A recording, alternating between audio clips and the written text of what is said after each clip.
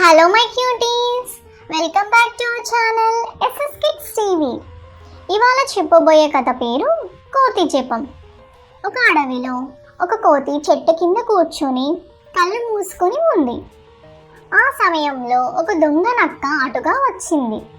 కోతిని చూసి, ఇది రాత్రి పగలు బాగా దొంగతనాలు చేసినట్లుంది, అలసిపోయి నిద్రపోతోంది అనుకుంది. ఈ విషయాన్ని కనిపించిన ప్రతి జంతువు చెప్పింది. కాసేపటికి ఎలుగుబంటి కూడా కోతిని చూసింది.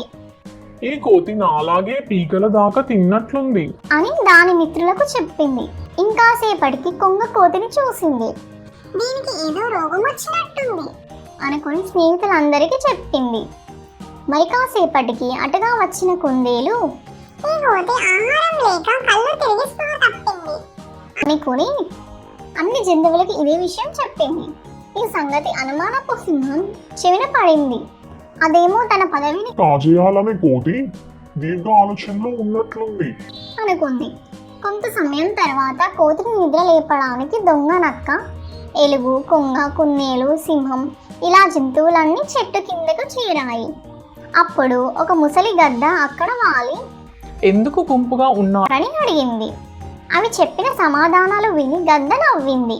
ఇప్పుడు మీరందరూ మీ మనసులోని ఆలోచనలు చెప్పారు, కోతి ఎందుకలా ఉందో దాన్ని అడిగి తెలుసుకుందాం అంది.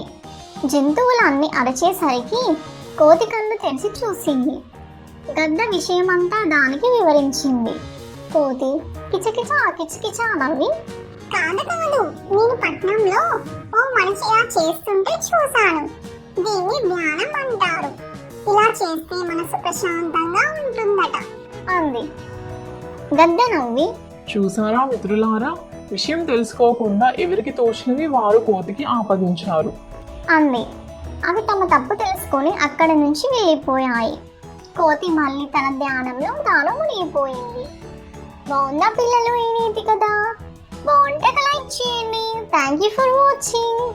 మరెన్నో కథలతో మీ ముందుకు వస్తాను. అంతవరకు ఉంటా మరి. బాయ్.